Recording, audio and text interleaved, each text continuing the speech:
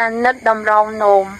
ញ៉ាំអាហារ5មុខនេះរាល់ថ្ងៃវាសនាតម្រងនោមឆាប់ខូចលឿនឆាប់លាងឈាមអាហារជាអាវុធមុខ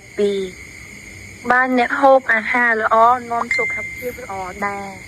តាមលោកវិជ្ជបណ្ឌិតនេឡាំវ៉ាស៊ីសជាអ្នកជំនាញអាហារនិងសរសៃប្រសាទនៅមន្ទីរពេទ្យកូកាតាប្រទេសឥណ្ឌាបានលើកឡើងថាការថែរបបអាហារត្រឹមត្រូវនិងផឹកទឹកគ្រប់គ្រាន់ជួយពង្រឹងមុខងារតម្រងនោមដើម្បីការពារលាងឈាមពេលអនាគតហើយលោកវិជ្ជបណ្ឌិតបានណែនាំឲ្យប្រុងប្រយ័ត្នអាហារទាំង7នេះនាំឲ្យខូចតម្រងនោមដោយអត់ដឹងខ្លួននោះទេ1អ្នកឧស្សាហ៍ញ៉ាំសាច់កែច្នៃស្ទើររាល់ថ្ងៃក៏ប៉ះពាល់ដល់តម្រងនោមដែរដូចជាសាច់ក្រកអាហារកំប៉ុងគ្រឿងផ្អកប្រហុកសាច់ងៀតនិងត្រីងៀតវាសម្បូរទៅដោយជាតិសូដ្យូមនិងសារធាតុនីត្រាតដែលបង្កគ្រោះថ្នាក់ដល់តម្រងនោមហើយលោកវិជ្ជបណ្ឌិតវ៉ាស៊ីសនិយាយថាជាតិសូដ្យូមនេះជួយបង្កើនសម្ពាធឈាមជាកត្តាប្រឈមនឹងជំងឺតម្រងនោមនេះជាបញ្ហានាំឲ្យអ្នកលាងឈាមពេលអនាគតផងដែរ2មីកញ្ចប់ក៏មានហានិភ័យដល់តម្រងនោមដែរកុំមើលងាយមីនេះណា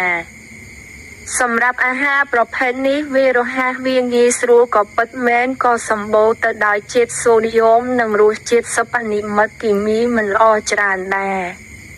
ការហូបមីកញ្ចប់ជាប្រចាំថ្ងៃវាសនាតម្រងនោមរបស់អ្នកឆាប់ខូច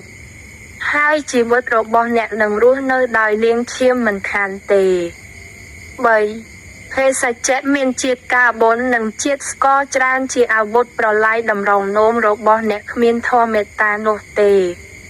មនុស្សភាគច្រើនងាយខូចតម្រងនោមទាំងវ័យក្មេងព្រោះផឹកគ្រឿងកំប៉ុងជាប្រចាំថ្ងៃលើសពីនេះភេសជ្ជៈមានជាតិស្ករអាចរួមចំណែកដល់ការធាត់និងអាំងស៊ុយលីនដែលជាកត្តាធ្វើឲ្យសុខភាពតម្រងនោមខ្សោយអត់ដឹងខ្លួនទេ4ខ្ចប់ដំឡូងបារាំងនិងអាហារហូបលើសាររសជាតិគឺហូបបែបប្រៃវាស៊ីតម្រងនោមរបស់អ្នកឲ្យចុះខ្សោយបន្តបន្តិចផងដែរ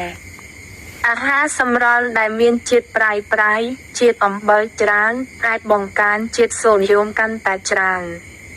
វិជ្ជបណ្ឌិតវ៉ាស៊ីសបានណែនាំថាអ្នកញ៉ាំអាហារលើសកម្រិតជាតិអំបិលធ្វើឲ្យតម្រងនោមកាន់តែឆាប់ខូចកាន់តែលឿន5អាហារក្លាសេដែលវេចខ្ចប់ទុកយូរមានជាតិសូដ្យូមខ្ពស់ខ្លាញ់មិនល្អនិងមានសារធាតុរក្សាទុកដែលបង្កគ្រោះថ្នាក់ដោយការបង្កើនសម្ពាធឈាមឬភាពតានតឹងអុកស៊ីតកម្មផងដែរ